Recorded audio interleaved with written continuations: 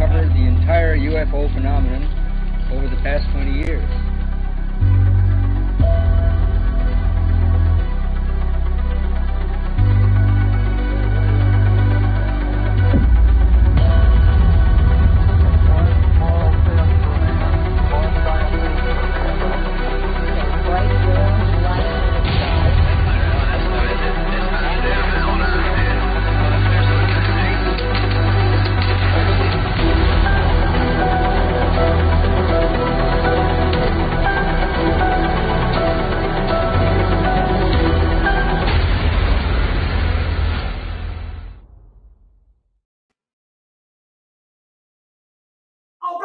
Welcome back to Total Disclosure here on YouTube and across all podcast platforms, where we explore the mysteries of the unknown, from sightings to conspiracy theories and everything unexplained, from occurrences in our skies to occurrences on the ground. We cover it all, and if you're intrigued about extraterrestrial life and its possibility of being here on this planet or just in general, then you're in the right place. Today we have a super special show for you. And our guest, Melinda Leslie, is not only a UFO or alien abductee, but she is what I would consider an expert in the field, researcher. She's done television appearances, movie slots, you name it, she's done it. We'll let her get into a lot of that. And today we have your early access for members. Again, if you want to sign up for a membership, that's either on YouTube or Patreon. You can do that. All the links are in the description below for not only the guests and her profiles, but for ours. So sign up, get early access content, ad-free content, like you're about to see here today. And we really thank you in advance. Happy holiday season to everyone. Let's bring in our guest, Ms. Melinda Leslie. Hi there. Thanks for having me. Yeah, no, I'm excited. This is a show that I've been trying to get under my belt for a while now. As you know, I've been pestering you for some time. I'm glad that my persistency paid off on this one. Well, and this may be a little different kind of show than whatever you originally intended to cover with me, but I have a kind of a story to drop, some information. Yeah. That's what I find. That's why I switched, because I did. So for everyone who is watching or will be watching or listening, so the original schedule was going to be that Teresa Tyndall would air as episode 92. That is now changed, and I'm going to drop this episode with Melinda as it is kind of, like she said, she has some information to tell us, and it pertains to what the UFO whistleblowers are talking about, and what is going on in Congress and with David Grusch and all that. So before we get into that, Melinda, I want to talk about your origins in that moment of conversion in your life where this became the path that you went down, and you didn't become an astronaut. You didn't become a politician, for lack of a better term. You didn't become a spook. Why? Talk to us about your origin story. Well, it's a long story, and rather than take too much time, because I really have a lot to share with you today. In 1989, see, I had been involved in paranormal things, metaphysics and paranormal research and studies since I was a kid, but very hardcore since I was in high school. And in 1989, I took a last-minute fluke of a trip. A lot of people listening have probably heard this, out to Area 51 in Nevada with some friends, right when the Bob Lazar story was breaking, and had absolutely incredible sightings, UFO sightings, and met researchers out there on, I took 3 back-to-back trips in the fall of 1989. I was living in Southern California at the time. I'm now in Sedona, Arizona. And living in Southern California, so, the drive to Vegas and out to 51, and had amazing sightings. So I, again, not wanting to take a lot of time, but also something about having all those sightings was like inserting a key and turning it, because I started to have memories come forward of childhood, teenage, and young adult abduction experiences.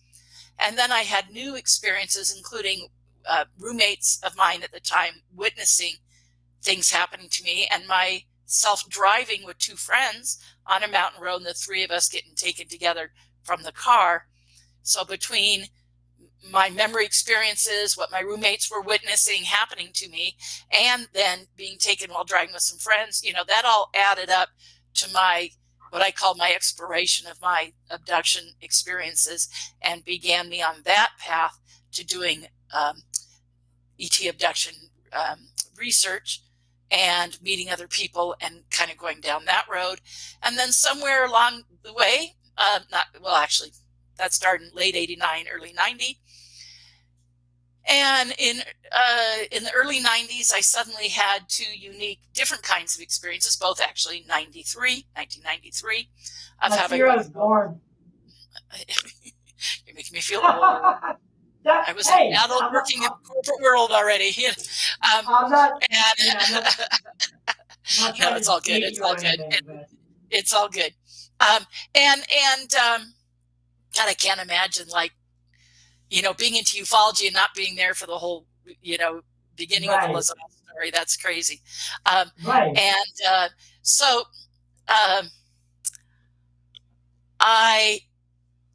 here, I could adjust this because I see it's cutting off. So that began everything. And then I had some new experiences, which were what are referred to as MILAB, MIL for military, and AB for abduction. I became of interest to covert human agencies because of my ET abduction experiences. And that started me investigating all that, realizing, coming to terms with what happened to me and what was happening to me, and as well as other people, and meeting other people that had that happen. So that began that whole investigation. And there we go. So that's kind of the beginning of how I got into the UFO subject. And so I've been in it now for 35 years, long time. And through a lot of changes in it, gone to a lot of fantastic conferences, followed all the big name researchers, became very good friends with a great deal of them. And I'm blessed by what this has meant to me. It's certainly, my involvement in the field has helped me with my own personal experiences. And then eventually led to my being here in Sedona, Arizona, because I moved here 13 years ago to start these UFO sighting tours that I do with military night vision goggles after Ed Grimsley in Northern California, who turned everybody on to seeing craft with night vision. I was one of those early people he turned on to it. And then realized, okay, and then had the idea to start a business here. I'd come to Sedona on and off since the early 80s and always wanted to live here. And so everything lined up, and here I am to make that possible for me. Well, I think Sedona, and I want to touch on a couple things here, because the I don't want to lose them. So first thing I want to talk about is milab. Now, for anyone who's listening who's not familiar what that is, can you go into a little bit of detail? Not too much. Yeah. Certainly I can. It's extreme. Yes, I can. It's extremely complicated. And if someone's new to it, it's a learning curve to understand it. But it is very important. Basically, in a nutshell, MILAB is MIL for military, AB for abduction. It was coined by Cat Wilson, a well-known abductee who wrote a book called Alien Jigsaw and worked with a couple of the leading abduction researchers. And she said, gosh, it's like I'm being abducted also by the military as well as by aliens, and having this harassment and this surveillance stuff happen. And so she came up with the acronym because, at the time, 90s, everything was acronyms, and the field kind of still is.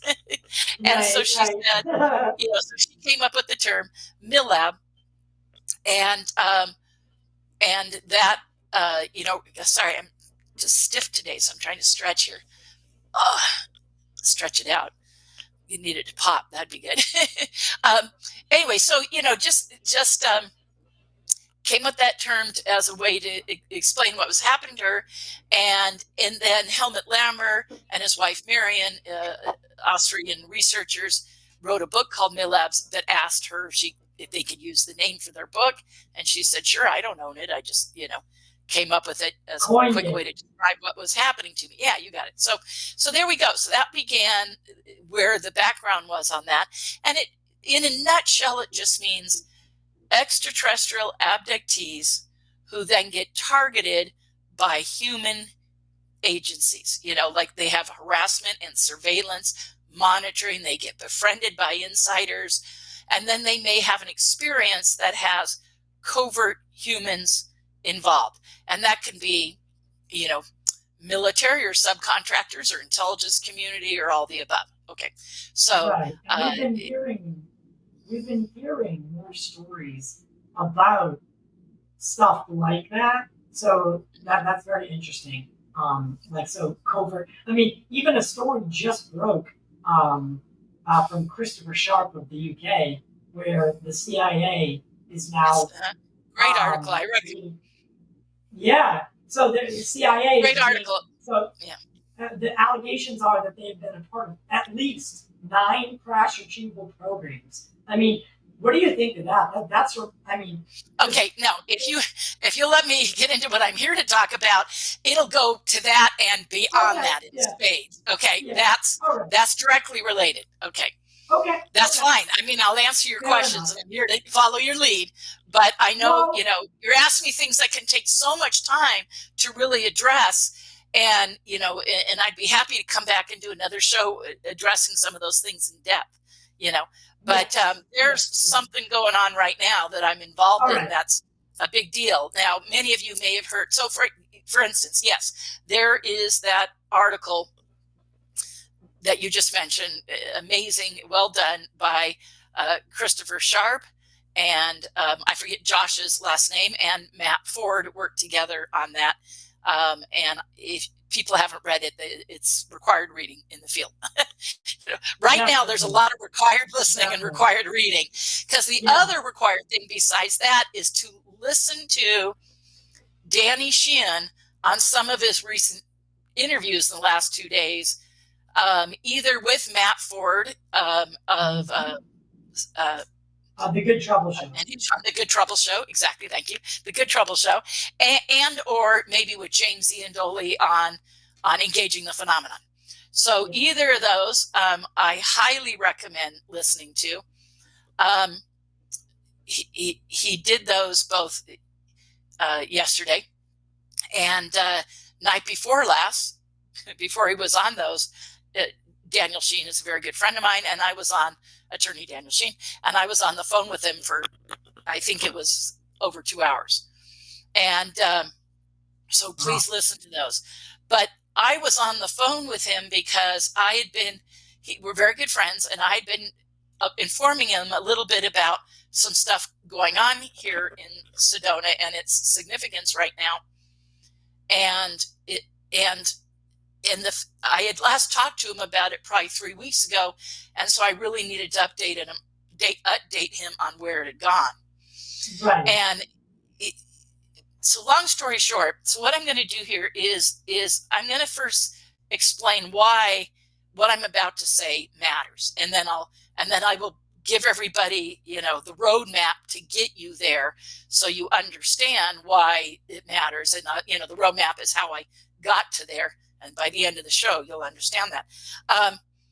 And then also what it says about the witnesses. And you brought that up in introducing me. The insider witnesses coming forward.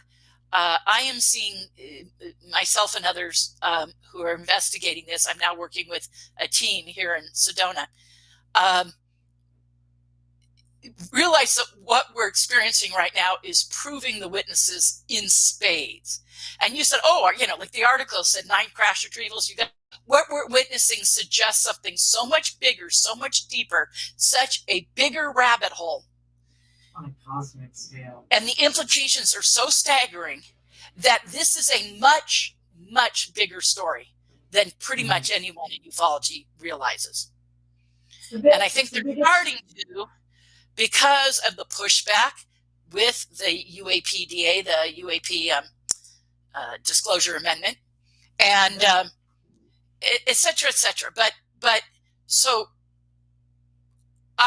me and other people right now as a team are witnessing stuff happening here in Sedona that proves Grusch and these other witnesses, it proves them in spades, and we're seeing it every night for 65 nights. So, yeah. When you told me the numbers, now I always, and this is what I want to go back to, is Sedona. Sedona, the place. It is rich in history. Yes. It is home. I believe that's the home of Devil's Tower, right? No. Devil's Tower is in. That's Wyoming. That's Wyoming. That's right. That's right. Sorry. What is what's the place in Sedona? Oh, we have a lot of big red rock formations here, right, that are known as vortices, places of energy. And Sedona is always kind of thought of as, if you will, Mecca for New Agers, So it's known for that and the energy. But it's also an outdoor hiking and outdoor, sports enthusiast, and an artistic community and a film community. And, so it's known for a bunch of things. But it's funny you should bring up the history, because that was one of the things I absolutely wanted to start with. But before I get to that, like I said, it proves the witnesses, it proves, so that's why everything I'm about to say for this show matters, because it not only backs up and proves all these witnesses as absolutely correct. And, what I know, of course, Grusch, but I'm also going into what I know the other ones are talking about with crash retrievals and reverse engineering programs. It proves that article, about the CIA's involvement correct. And the existence of underground bases, because we'll get into that. And then also why so much pushback from these companies involved, because I found some evidence implicating one of these companies directly into what I'm investigating. I mean, I wonder which one. Someone else kind of clued me into a possibility, and I looked into it and spent some time online. And I end up, I meant to send you. I may try to send it to you in Messenger before the end of the show. Maybe you can, if you can put up images. Are you able to do that? Yeah, send it to me through Twitter, okay. And I can pull it right up. Okay. Yeah. Is it better to Twitter DM or Messenger? Twitter, because on this laptop I have I'm not logged into Facebook. Okay. So anyway, so I'll see if I can do that for you. But in a little while, or I don't know if we take a break or not ever. I could do it if there's a break. But if not, I'll just, take a moment and do it. Okay. So it just, you guys, time. I'm always like, oh yeah, I'll do all this stuff beforehand. And then I get phone call, and time goes poof. Yeah. Why should the day be different than any other, So suddenly It's like, okay, never mind. Okay. Now, so there you go. And then, so with that note, I'll go into some history, because there's some background information needed for this. Okay. I'll say, because everyone's like, well, what are you witnessing? I'm sure they're thinking that right now. So I'll talk about that briefly, and then we'll go back to it, because more can be said. But what started happening at the end of my tours, that normally back in the end of September, ended at 8:30. Long story. Well, actually more like 9. And I had clients out with me at our regular viewing spot, the other end of town, where we're kind of up on a hill with a wide view in all directions. And I think we stayed a little later, or something started to happen regarding seeing a lot of military aircraft swarming out over our hills, and realizing that was not normal at all. And now it may have started, we first started noticing this on September 27th. And this may have started before September 27th. I'm just saying that's when we were out a little later and we're catching something that seemed to start at like 9:30.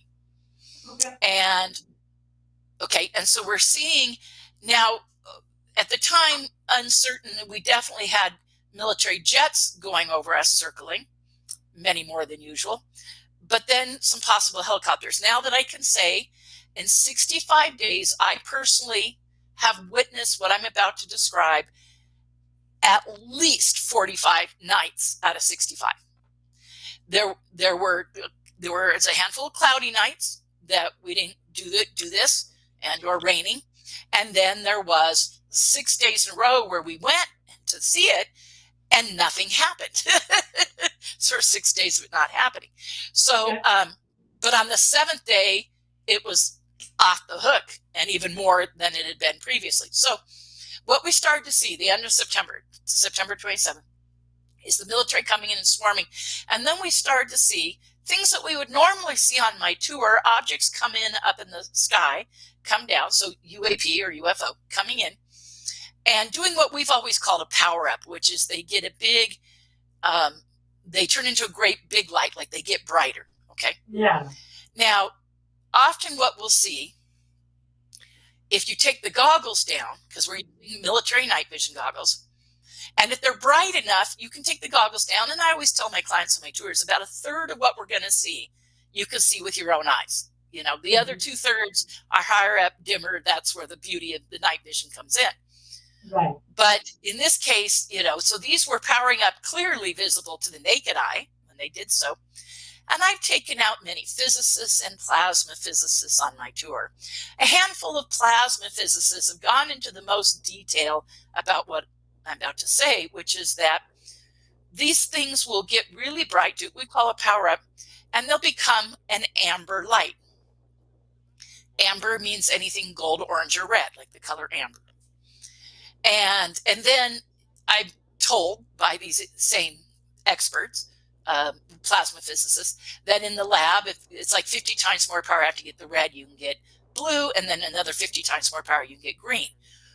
So we get amber light normally in all my years, 13 years of doing these tours, and it's worth telling everyone just so they get an idea how much that is. My last tour, I've had a couple nights rough cloudy, but my last tour was tour 1,758. Wow, So I've done 1,758 tours. And so you're gonna take me on. You're gonna take me on a tour. We'll talk about that later. But please, I'd love to. Yeah, I would, and I have some ideas. So we'll talk after the show. But continue. Sure. I'm so fascinated. So sure. By the way, this power up, this has been documented by guys like Stephen Greer with the CE5 initiative. I can't say that I'm like super supportive of Stephen Greer, but I think all of us need to be in this together. Well, so you know, everything from the sightings that Chris Bledsoe is having and the sightings that James Gilland of Gilland Ranch is having, you know, all these people are saying they're powering up. Power-ups were these big amber lights visible to the, you know, naked eye. And it was these plasma physicists who said what you're getting is something bleeding so much energy, it's ionizing the air around it. That ionization is called electrical plasma. So when you see amber in a sighting, you're seeing ionized air of something bleeding a huge energy field. And plasma physicists coming on my tour have even said they can't imagine how big of an energy source that would be, that it would be you know, that would be visible at that distance, at any altitude or any distance from you. And yet here, you know, we've seen this repeatedly on my tours. But what's so significant about the activity I'm talking about now, so going back to not only were we starting to see so many military gather in the area, and now from doing so many of these, from doing, you know, all my tours, 1,758, that we become very good about denoting, like, and I've had a lot of aircraft experts come out with me, and pilots and whatnot, a lot over the years, to not only hear their accounts, but also when they come out with me, I learn from them. So double and triple blink patterns are usually military, and we kept seeing all these ones with what I would call a triple blink pattern, like blink, blink, blink, blink, blink, blink, blink, blink, blink, like that. So and not something that you would normally see. Well, no, we normally see them on my tour, but it's normally like, I tell my clients, we're not, as the crow flies, we're only an hour and a half from Phoenix. And outside, as the crow flies, outside of Phoenix is Luke Air Force Base, and there's another Air Force Base, I'm always forgetting its name, outside of the Tucson area. And so we get a lot of military coming in and patrolling the area ever since Patriot Act 9/11, right? Okay. So we have a lot of military. And so it's normal to see military. That's what I'm saying. We know on the tour when we're seeing them, we see them all the time. But, you know, to see 20 in an hour might be over the whole area, because we're sharing the same sky, you know, with Sedona, Cottonwood, Prescott on the other side of the hill, Flagstaff up the hill, you know. So all these other ones are within 45 minutes or less of us. And then Cottonwood's just down the hill from where I have my clients, and Clarkdale and whatnot. And, you know, so, yeah. So here's the airspace of the area. Okay. Just to show people what the airspace and how many military installations. No, Phoenix, I mean, where's Sedona on there? There's Williams, I see that. So Sedona is between those. So Sedona is not in regular airspace. The only reason I brought that up, is okay, that's good. Yeah, map of the area. And if you can zoom in. Okay.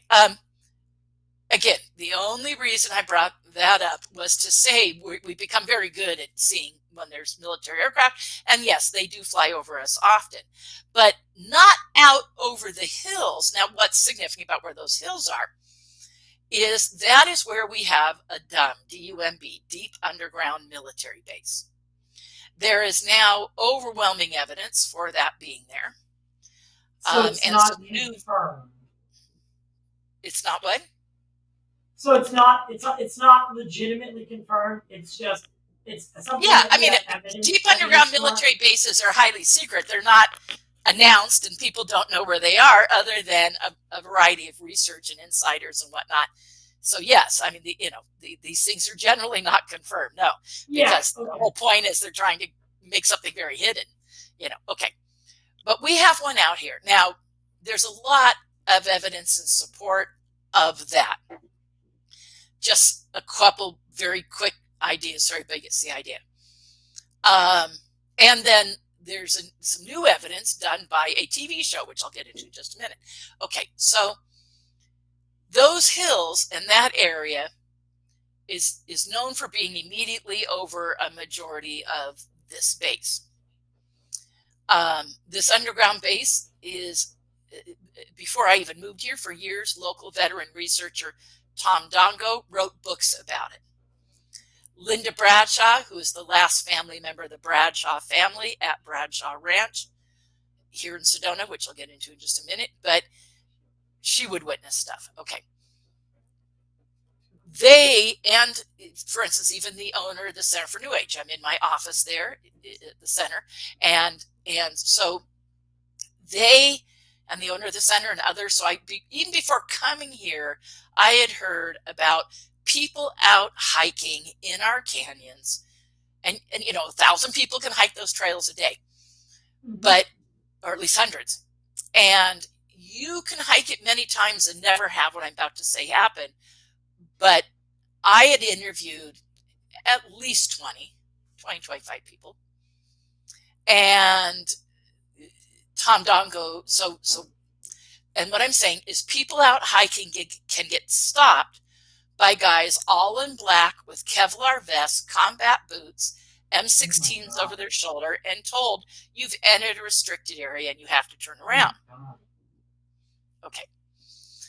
I've interviewed well over 20. I don't have an exact count, probably 25, probably pretty accurate for the amount of people I've interviewed that have had this happen. a new research associate of mine, a friend of mine, a guy and his girlfriend who've been on my tour. His name is Jeremiah and her name is Alexandra, who live here. They've been on my tour a couple times, and now they're involved because they were already involved in some of this research with Tom Dongo and another friend of mine named Jurgen. And Jurgen had put out a video that some people have may seen called Hoodoo Tall, and that's a nickname that he has. And so there was a little documentary that him and a friend kind of put together. And then Tom Dongo, who's the OG of research, right, for sure, here on the underground base and on Bradshaw Ranch. And so this area is where people go out and like I said, they'll get, if hiking, because everyone comes to Sedona, that's the #1 thing to do here is get out and do the scenic beauty. Yes, we have art galleries, we have film festivals, we have dirt bike festivals, we have music festivals, the big things like that. But it's the nature. And shopping and of course the new age stuff, the centers, the metaphysical stores and the crystals and all that. Yeah. But it's also it's still #1 is to get out on the trails and do hiking. That's the #1 thing.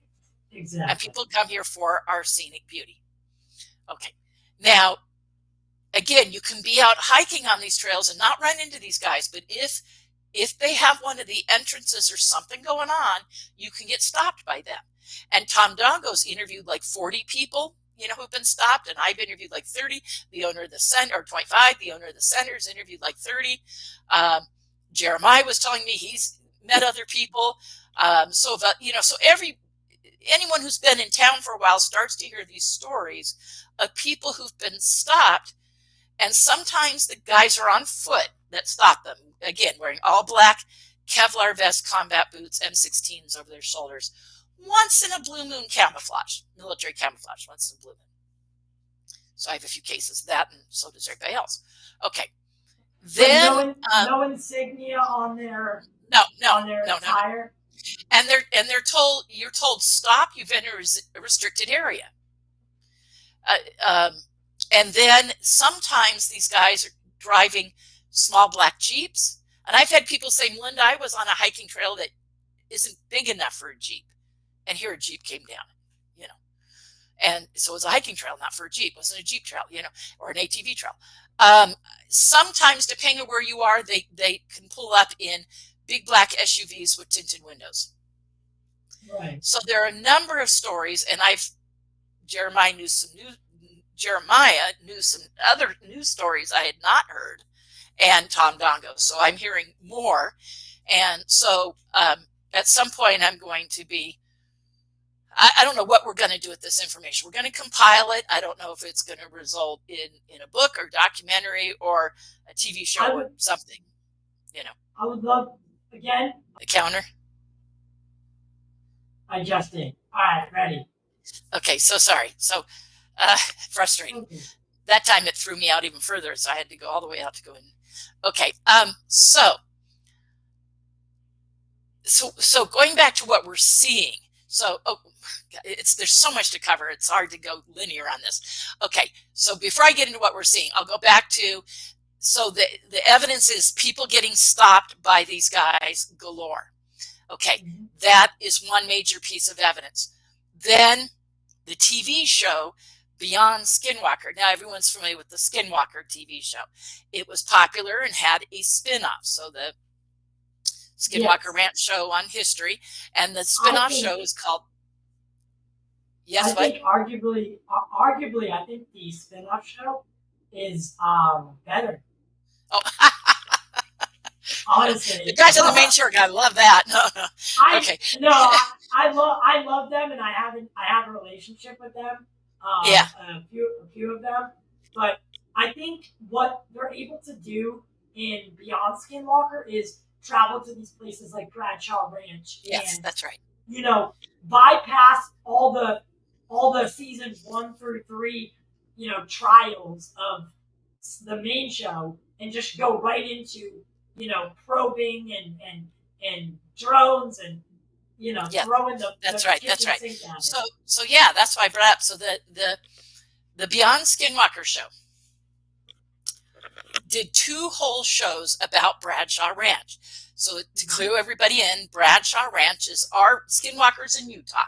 Bradshaw Ranch is our version of Skinwalker. Skinwalker Ranch in Utah is known for a lot of paranormal activity. Well, so is Bradshaw Ranch. And Tom Dongo's written whole books about that, along with Linda Bradshaw, the last Bradshaw owner to live there. It was taken over from Linda Bradshaw and the Bradshaw family by the U.S. government, by the Forest Service, who currently owns it now. Part of it is leased out to the University of Northern Arizona for doing a growing experiment there. And the TV show covered that a little bit on their show. And it was a cattle ranch. I don't know how, I'd have to ask Tom Dongo how long ago it goes back, but I know at least to like the 40s and 50s, it was a cattle ranch. There are famous photos here in town, historic ones before our main highway, Highway 179 and Highway 89A were going through town, our 2 major highways. And there's these scenes of Bob Bradshaw Sr. doing a cattle drive down a dirt road that, was before the highway. And so there are these great pictures. Bob Bradshaw was an expert photographer and known and used because a lot of the old Hollywood Westerns were filmed here, and Bob Bradshaw was the photographer for them. So there's a lot of great photos of the old Hollywood Westerns being made here, and the cast and everything taken, very famous, taken by Bob Bradshaw. If you go into restaurants and businesses in town, you'll see his pictures or sepia tone versions of his pictures on the wall. And if you look in the corner, you'll see it says Robert Bradshaw or Bob Bradshaw. Okay. So the Bradshaw family, I should say, owned this ranch. And then it became, again, I'd have to ask Tom Dongo. I don't know at what point they really noticed so much paranormal stuff. Maybe it was always kind of there. But when Linda Bradshaw, the last family member to live on the ranch, she was noticing an increased amount of paranormal activity and had Tom Dongo there to research and investigate it, and would call him up when stuff picked up and he'd go check it out or come spend the night, that kind of thing. Right. Well, the TV show, knowing that the Bradshaw Ranch had this rich history of being another version of Skinwalker. So, of course, when they did the show, it was, a primary thing for them to investigate. But when they did the investigation, there was so much they realized they had to have 2 shows made out of it. And Jeremiah, my team member now, in this investigation now we're doing, one of my team members, and Alexandra, were both on the show. So if you see the Beyond Skinwalker TV show, the 2 shows about Bradshaw Ranch, part 1 and part 2, you'll see him on both. Okay. Now the TV show set out, and the investigators with it, and one guy was a leading journalist, award-winning journalist with a rich history. I'm sure you're probably aware of that. And the other guy is ex-CIA, And then the other team is well known at Skinwalker is well known. And so they're kind of like, okay, so Bradshaw Ranch is known for having all this paranormal stuff. It's our version of Skinwalker, long story short. Now, going back to the TV show, getting the evidence. So Beyond Skinwalker, we were talking about that. And they got a couple of pieces of significant evidence about the base being out there. And very good. And so one of those, they had an outside company who does a form of ground penetrating radar. Some ground penetrating technology, I'm not exactly sure. They had them come. Yes, exactly. So they had them come, and they had them do a scan that I think ended up being, a couple hundred yards in length and width kind of thing. And they found, and because they had them scan over an area where it was rumored there was a tunnel for this underground base. Now, just outside of Sedona, 20 minutes away is Cottonwood, the town of Cottonwood. Right next to Cottonwood is a little town called Clarkdale. And then above the hill above that is the town of Jerome, which is very famous for, it has wineries and wine tasting and art galleries, and it's very historic. And it used to be the silver and copper mine, very famous, going back to 1900 or before. Okay. So now you pass through Clarkdale on the road on 89A going up to Jerome. And Jerome's very popular for tourists. And it's also very known for being very haunted, and has like 5 famous haunted locations. And a lot of those ghost hunting TV shows, in fact, all of them pretty much, have come and investigated Jerome and 2 or 3 of their locations more than once. Okay. Okay. So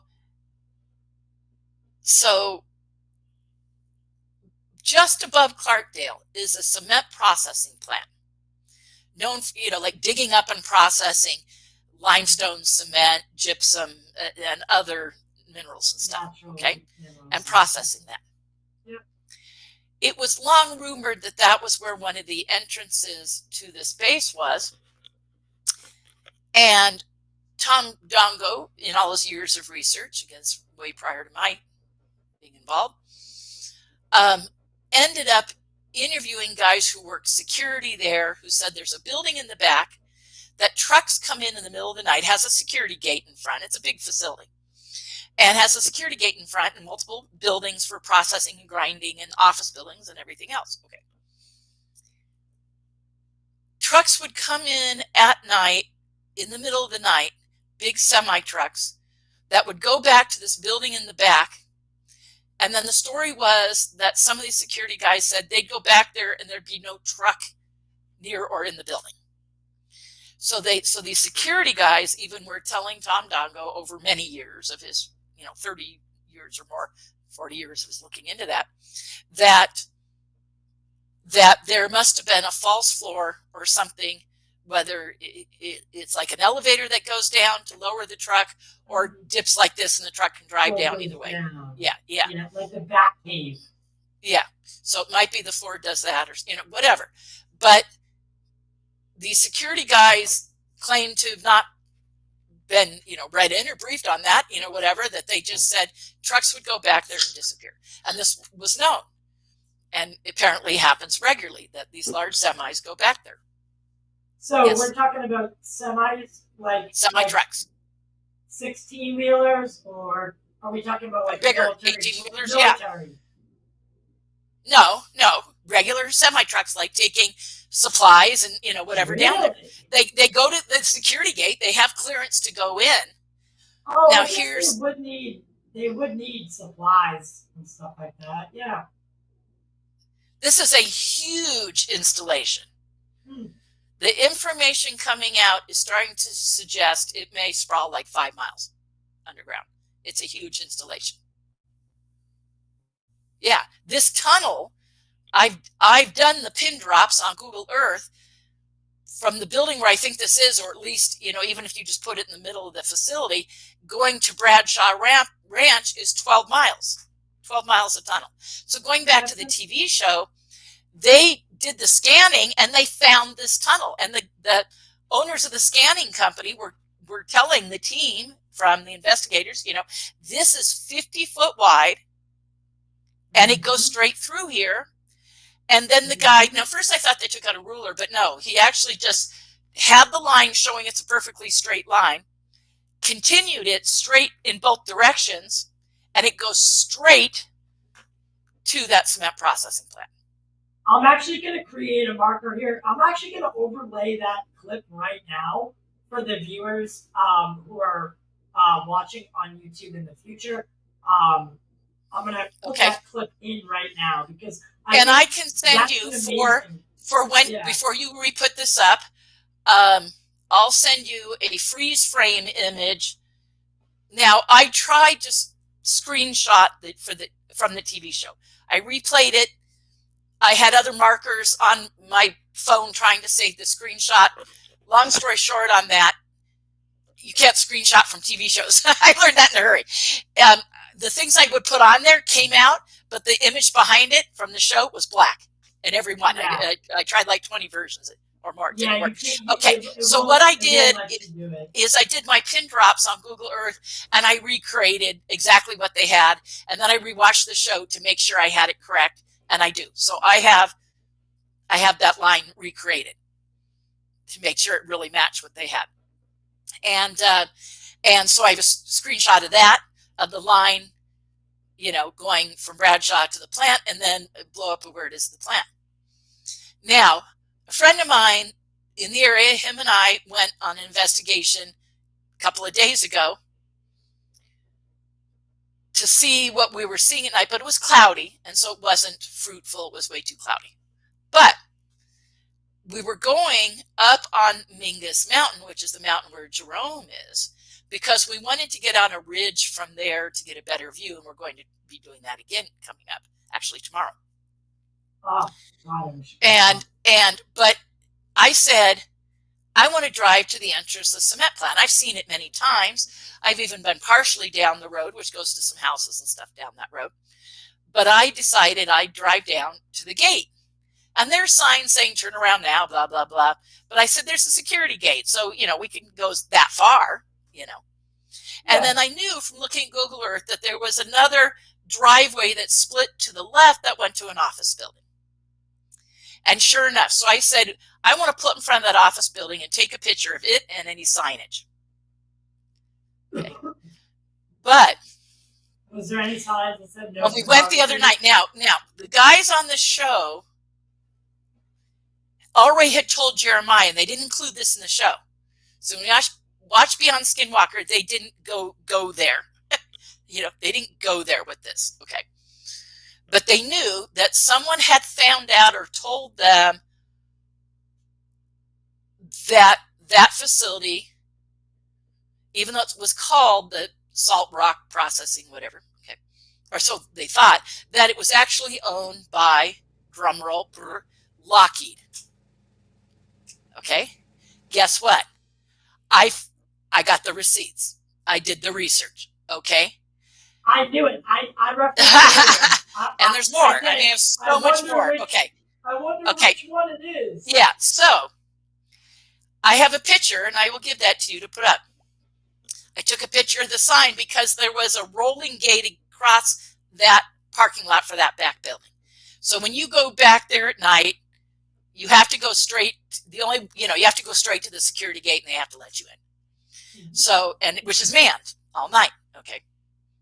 And trucks come in and out all the time, loading this stuff up, bringing it out as far as the materials, you know. Okay. So the company is actually called, and I took a picture of the sign. It's Martin Marietta Materials. Well, that should go ding, ding, ding to anyone with half a brain, because Martin Marietta is Lockheed Martin. That's what Lockheed Martin is. Lockheed Martin bought Martin Marietta. Lockheed bought Martin Marietta from Glenn Martin. There's a whole huge history. Martin. Yeah, that's Lockheed Martin. That's Martin Marietta. That's well known. Okay, that's not a mystery. But this is Martin Marietta Materials. So I set out to do a bunch of research to determine who owns Martin Marietta Materials. And there were kind of some dead ends. It was a little tricky until I came across an article that appeared in the Washington Post about Martin Marietta Materials and about selling off stock and stuff like that. And Martin Marietta Materials is owned 81% by Lockheed Martin. 81% by Lockheed Martin. And that's where the entrance, the tunnel entrance that they take semi-trucks in to the bases. And the TV show proved by having an outside company come in to say 100% certainty there is a 50-foot wide tunnel going under Bradshaw that they scanned, only a couple hundred yards of it or whatever. Okay, they scanned a big piece of it, but if you continue that perfect line in that 50 tunnel, it goes straight to the cement processing facility owned by 81% by Lockheed Martin. That is That is incredible. Incredible. Because Okay, well, there's more. Wow. Wow. Yeah. Yeah. Why wouldn't Owned by Lockheed Martin by 81%, per an article all about its ownership that had appeared in the Washington Post and other sources too. But I figure, you know, the Washington Post has got to vet everything, right? They're not going to run something like that unless they did their homework. Right. You know, but and the show was pressured not to talk about it and like drop it. No. I'm sure it was just they have a general audience. They can't get into too much minutia. They're still about entertainment. Hello, you know, and so they're doing a paranormal investigation for entertainment. Right. And I think that kind of I could tell, like even like Travis Taylor and the other head guy of the main show, when they presented them, because on the show they show them going to the Skinwalker offices and presenting their stuff to those guys. Yeah. You could tell that they were like, "Oh my God, okay," because there's more. Okay, so there was the tunnel. Then that area is not known for having any restricted airspace. Now I happen to uniquely know because I met a pilot who come on my tours years ago, who had information provided to me. An old aerial map taken, I'd have to find it again, from like the 60s or 70s, because he'd been a pilot for a very long time. And he said once upon a time that was restricted airspace. And he had a map showing it was restricted airspace from like the, 60s. Okay, from like the 60s. But he said, my new maps of it, because he's still a pilot, said don't show that. Okay. But the TV show kept sending up drones from different places out to that area. And I didn't know this about drones. I learned this on the show. Yeah, so that apparently if you enter restricted airspace, military airspace, or near an airport, they shut down and come back. They turn around, go back to their original GPS location. Yeah. They, that they're not allowed to do that. And it's weird how it knows, because like it completely, I have a drone and it completely overrides. It's not like, it's not like it just simply, like you hit a barrier and it's like bump, bump, bump, and then it turns around. No, it takes control of the drone, sends it a signal to go return to home. So it overrides it briefly. That in itself is astounding. So kept sending in drones to that area, back behind those hills, and it would only go, so many hundred yards or so, and then it would turn around and come back to them. And all their drones came back to them restricted airspace. And when I say those hills, I mean Bradshaw Ranch is kind of in a little valley with hills behind it. And there's what's called Kasner Mountain. Now, they kept saying Secret Mountain. That's actually a little further back. They kept saying, oh, that's Secret Mountain on the show. It's actually Kasner. And then then they pointed the camera and you have Bear Mountain. So you have Bear Mountain, Kasner Mountain, but behind Bear Mountain is Secret. So it's all kind of the same mountain range, no biggie. And then behind Kasner is this valley. And then to the left of Kasner, you have a hill called Black Mountain. And between Black Mountain and Kasner is this little valley where Bradshaw is. And even where I normally do my tours, we're a perfect direct shot, line of sight, less than 2 miles from Bradshaw Ranch. Wow. Where I normally would do my tours. Okay. And all we have to do is face this way, and we're facing Kasner, and turn a little bit this way, and we're facing Black Mountain, and then right between them in that little valley.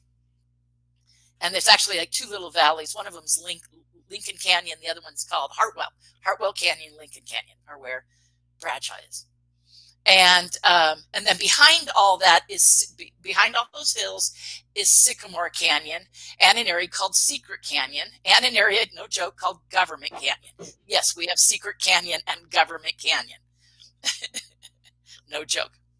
Probably somebody's humor long time ago. And all that was sacred Native American land. Mm-hmm. Okay, because there's a whole bunch of that back there too. The war. yeah, the lore. No, more than lore. There's those, a lot of evidence for that. Yeah. So, and I could get into that. We can do this that team and I are exploring. There's boy, that's a whole. Okay. Let me stay on the main topic because we can always talk about that in the future. But there are petrographs and petroglyphs, which are Indian rock art, denoting. Well, I'll say it really, and my research associates have taken pictures. They've already seen this, and they're going to take me and show me. But they show, no joke, you guys, no joke. This area is also known for Bigfoot. There are Bigfoot encounters, besides UFO and ET stuff galore. They have petrographs and petroglyphs that show, first off, we know these things are extremely old because they show saber-toothed cats, woolly mammoths, and sloths, all of which have not been in the area in 10,000 years. So that means that rock art is more than 10,000 years old for those drawings to be as accurate as they are.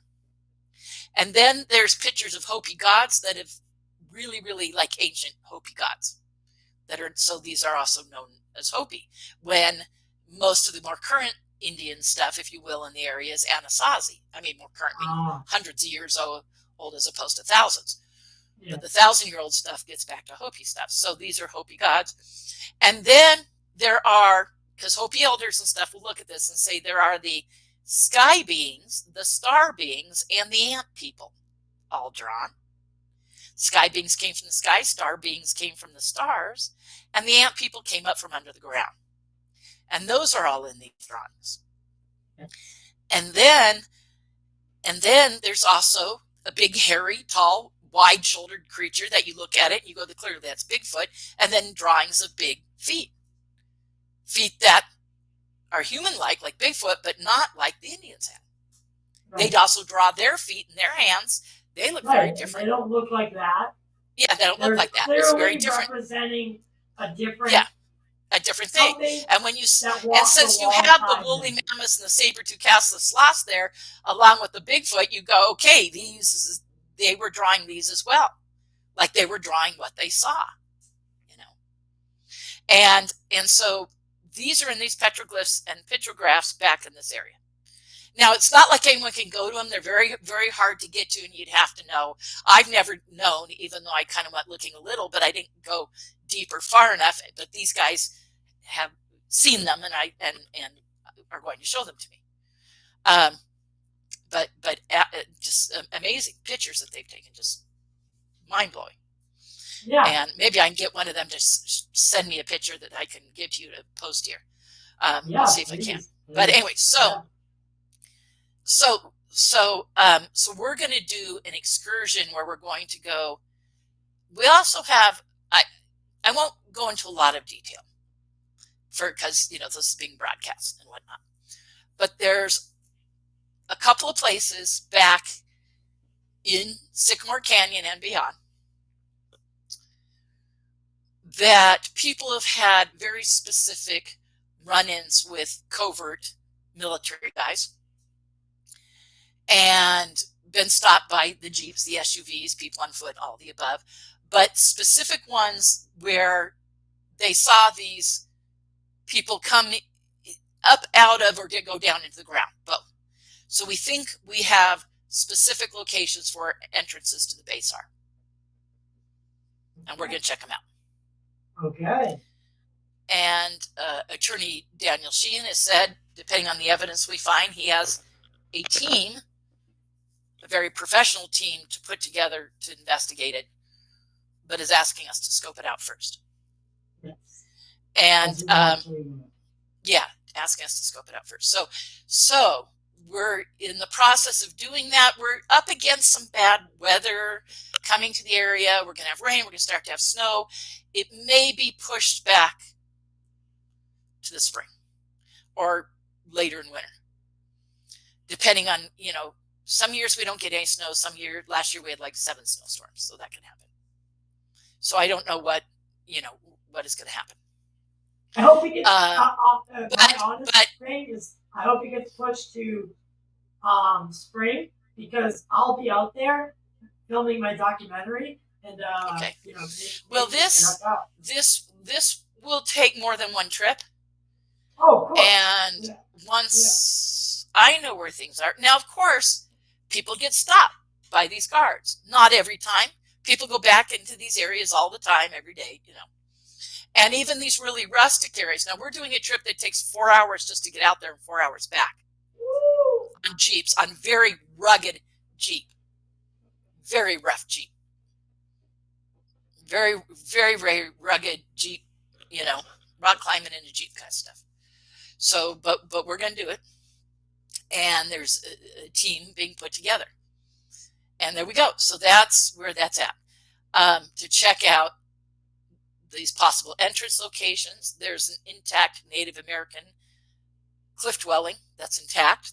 That's very obscure, takes 4 hours to get to. And we're going to go check that out. And we're going to, you know, and other things. So, but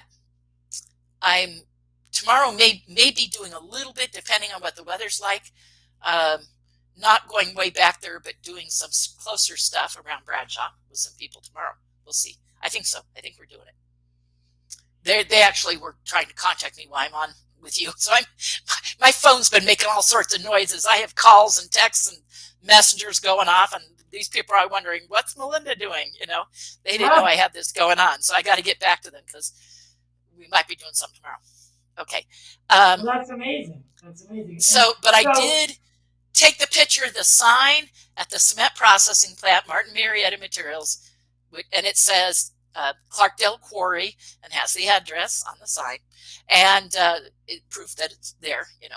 And then I found the Washington Post article that had the most definitive statements about 81% of Martin Marietta Materials is owned by Lockheed Martin. So so I have that, and I can give you some of that.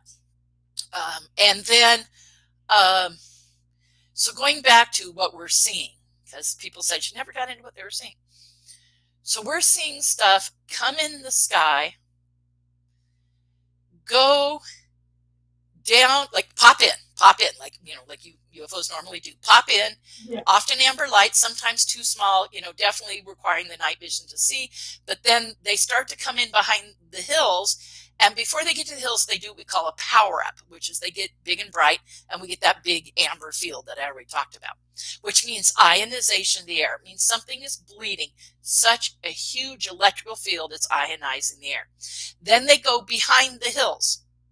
And then we've seen stuff come up from behind the hills, already powered up, go up into the sky and disappear. Often, these are in groups of 2s and 3s. Often, not every time they're in 2s and 3s, but often they are. I mean, a lot. Like, okay, and we are seeing it every night at the same time. It takes about an hour from when it first starts to when it ends. For a whole month of October, I would say it all happened within 45 minutes. For all of October, it was starting at 9:30, and by 10:15 would be done. The earliest I ever saw this activity was 9:20, and the latest was about 10:20. Wow. And so it was between 9:30 and 10:15 pretty consistently, really like 9:45 to 10 really ramping up. Okay, then it started to move up. Then it started to move up half an hour earlier by the end of October. And then there were 6 days of nothing happening. And I was going to give up looking. But I had clients twist my arm because I was telling clients about it. And they said, let's go. And we went a little bit closer than my usual spot. And on day 7, it was the most activity I'd ever seen there at that time. Wow. And then it happened every night again. But it changed behind Casner Mountain. What? Did you film it? Yes. Long story short, I don't have the equipment or the ability, and if people ever came on my tour and saw me with my clients, they're very time consuming. I can't be worrying about filming when I'm with them. It's just, it's not like, oh, I'll film now, or I can film while I'm talking to you. No, I get it. These are tourists, they're families, they take time and energy. People have a lot of questions. It takes a lot of discussion because they have questions. They go, oh, we really got a Yeah. UFO and we see so many, and they go, what about this, da da da da da da da da da da da. I mean, and some of them are highly knowledgeable and people who work with satellites and pilots, and you know, so I have all these people that, you know, we're having deep discussions. Okay. Yeah. Okay, but so yeah, so it's so consuming. But having it said that, a dedicated photographer. I have had Jay, who's a member of the team, come and film it twice. He works and has all these other active people have lives, you know. I wish they could come every night. They have other things going on, you know. So he came twice and filmed it. My friend Karen Hill with MUFON Tucson, she came. Jay, Jürgen Tall, so Karen filmed with me once, Jürgen twice, and then Ron James of MUFON Television, who happens to also live here in Sedona, he came once. I'm gonna so Ron James. Like okay. Now Ron James only caught one little thing, but he was filming the same night as Jay. But Jay on another night got even better stuff. So the best stuff was the second time that Jay came with me, and the time that Karen came. And so I welcome anyone listening. If you're here, you want to come to Sedona, you want to film this. If you want to film, I will take you with me for free. But you got it. The activities now. I tell people are like, oh, I want to, you know, a month from now. And I'm like, no, you don't get it. It's happening now. And there were 6 days when it stopped. What if it suddenly stops again? So I'm saying, you want to do this now. Now, so we're seeing things come up from behind the hills. Lights, okay, power up, go up in the sky, disappear. Pop in the sky, come down, go behind the hills. It tends to start high up. Each night, these are the patterns. It tends first, okay, I'll give you the pattern. First, the military comes in, they start swarming. And we're talking over these hills. I always tell my clients or friends or even the other researchers, and we've gone out to the hills closer. So we've gone to get out under the hills, under these things, which is what I'm doing again tomorrow night. Right. Weather permitting. Right. But we're still not right under it. So it's, even though we're saying it's coming up from behind these hills, it still may be a couple miles further back. Okay. But we understand that this base may go back to about 5 miles. So you're going, okay, it's still the base. Why, you guys, in these hills, I need everyone to understand. If you look on Google Earth, you'll see it's rugged, rough, mountainous terrain. There's nothing there. Nothing. There's nothing. There's a few ranches in the beginning of, first off, what I call this side of the hills, where Bradshaw is, and the area, you know, and as you drive out to Bradshaw, you pass some of these other properties. So there's a few ranches and homes, and there's some open land camping in the area. But then once you get beyond the hills, there's Sycamore Canyon. In the very beginning of Sycamore Canyon, there are some ranches. But once you get beyond those and you go back further, and you're talking Government Canyon, Sycamore Canyon, and further back for miles, there is nothing but rough, rugged, mountainous, deep cavern, terrain, thick pine forests, rolling red rocks. I mean, it's beautiful scenery, but rugged.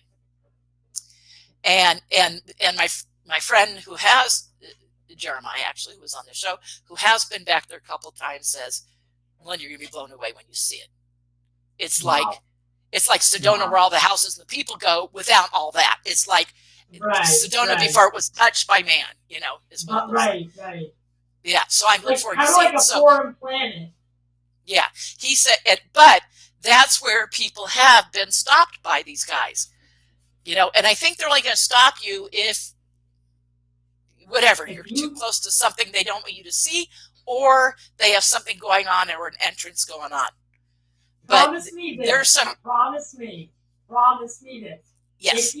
If you get stopped, take your phone out and just put it in your pocket. But I gotta take selfies with the guys. Are you kidding me? Yeah. Right. Well. Yeah. No. But this is the other thing I'm telling everyone before we go out there. First off, don't take any equipment you're not willing to have confiscated. Yeah. They might take it, A. B, they might take out, the memory chips. So I'm going to tell everyone, whatever you're taking out there, whatever you've got on your phone, whatever it is you're taking, you download everything onto your computer at home before you go. I mean, I don't think we'll get stopped. I think there's a safety in numbers kind of thing. People go out there all the time and don't get stopped. My friends have gone out there; they haven't been stopped. But we do know it happens to people. Like I said, there's 3 newer stories that were really, quite serious of what happened. And so okay. So far, you've been describing very, very hot, and you've done over 1,000 of these tours. You're saying that there's unprecedented activity that you have never seen on a scale that you couldn't even imagine.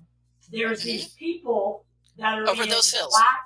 Yep, there's people where the base is, and the only reason, because I had a guy. I just had a couple on my tour who I just had them. This was my last tour. Okay, a couple days ago before the weather got bad. This was this young guy. I didn't ask him his age. I put him early 30s, and his fiance, or not fiance, they just got married. He said it was their honeymoon. So they're here in Sedona on their honeymoon. I think they got married here, and then they were, extended it, and their honeymoon was here. So they said, it's our honeymoon. That's amazing. Okay, and this guy, without going into much detail, but he works for the DOD and DIA. And he went out being a little bit healthy skepticism. I take a lot of those people. And he said, I'll just be happy if I see something. But he told me this very cool story of having had met Avi Loeb at a conference event and having dinner with Avi Loeb, and that was a very cool story. Okay, so he's starting to ask the right questions.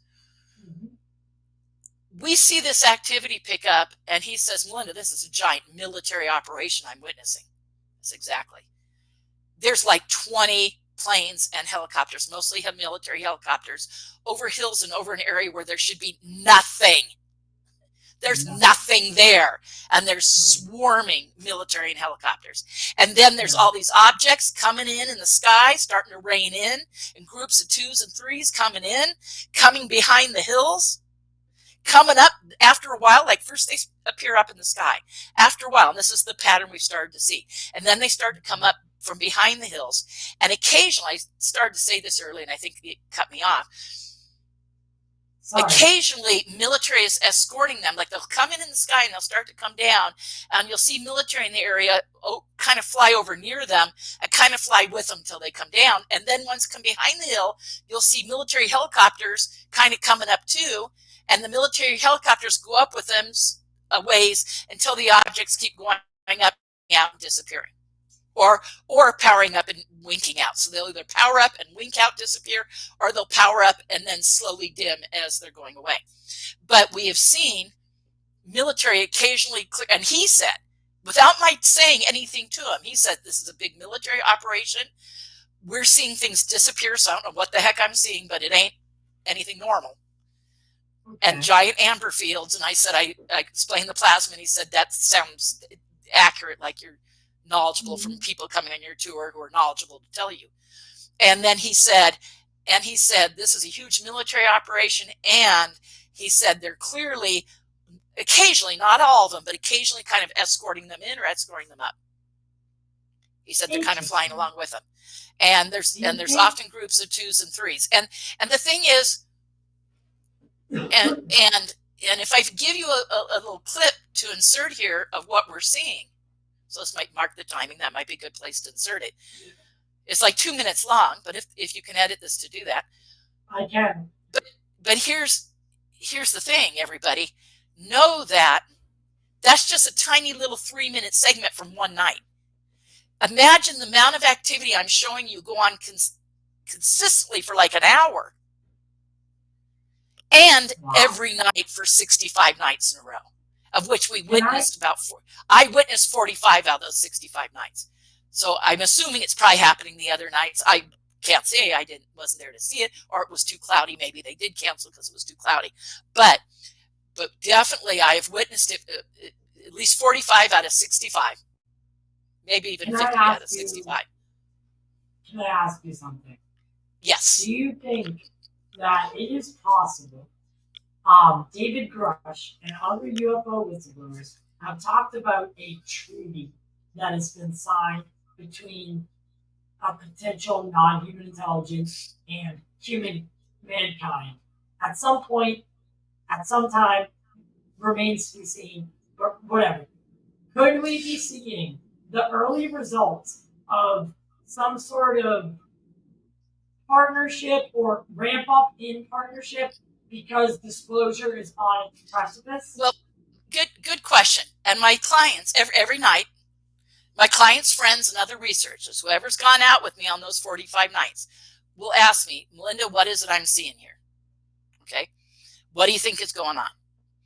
And this is what I say, because I said, you're seeing the same thing I am, you know as much as I do. But I tell them, this base is known for having, you were very astute to go right there. This base is known for having an ET and humans working together presence there. Yes. Okay. In my milab experiences and other people with those experiences here in Sedona and other people in the surrounding area have been taken to this facility as part of their abductions. Okay. So I don't say that lightly. I got a list of about 20 people that I know of, maybe even more if I really thought about it, who've been taken there, including me. Military. And I've witnessed it. So I've had two experiences of being taken there where I have witnesses and people who are taken with me. Okay, so, and then I've had other cases. So these are alien abductees who get targeted because of their alien abduction and have been taken to this underground facility. Other facilities too. I'm just saying here in Sedona, I have at least 20 cases of people that have been there. Okay, now, so given that information and other information that Tom Dongo's been researching, etc., that this is ET humans combined. Okay, now, so here's what I tell my clients. Here's your three options. One is what you were just saying, some kind of treaty activity. This is ETs and us working together, flown and built by ETs, and we have some interactive relationship with them. But we're seeing 50 things a night for 45 nights. Or 65, I don't know if it happened the days I didn't see it, but for 45 nights. So that would be a lot of ETs coming and going. Okay, choice number two that I tell my clients is it's ET craft, but in our possession. Some treaty, something, we're flying them. This is some big giant training exercise. There's a huge military presence, even though it's a base that has an entrance where the entrance is owned by Lockheed Martin. Right. Suggesting, what are they doing? Why would there be this? But we're seeing military jets and military helicopters over the area. So it's not a coincidence. Not a coincidence. You got it. And swarming over those hills while this activity is going on, escorting it down, escorting it up. I mean, this is a huge story. I have reached out to major investigators. Come, look, do a story. This is huge. This proves every single one of those major 40 witnesses in Grusch. It's not only proves them correct, it's that on steroids. Because choice number three is this is all reverse engineered technology. And we have 50 things a night flying in and out of the base at Sedona that can create huge giant amber power fields and disappear. Wow. Or appear in space and come down and go behind the base. Which means we have reverse engineered anti-gravity technology, 50 things flying a night for 45 nights. So no matter what scope you look at this, it's the biggest story, not only in modern times, but it is the biggest story of mankind, because this could go a long way in that solution. I mean, if you no wonder, oh, sorry to cut you off. I apologize. It's okay. No wonder, I do apologize. I have to be patient. I'm just being overly excited. Friends of mine will tell you this is normal behavior for Melinda. Unfortunately, it's rude and I have to not do it, but I apologize. I'm excited. But no, you were right. I mean, everything you were saying, not only does it prove that those witnesses and the reverse engineering, and when Grusch says we have locations, I can tell you where one of those is. Yeah. Yeah. And Yeah. that Lockheed owns where the entrance is, one of the entrances, but might be a major entrance because it's a tunnel where they take in trucks. Holy shit! It just dawned on me. What about, could this be, because there's another possibility here. The Schumer Amendment, right? Oh, it's starting to freeze. Right? Well, not for me, so we're good. Okay, so far. Hopefully it's good.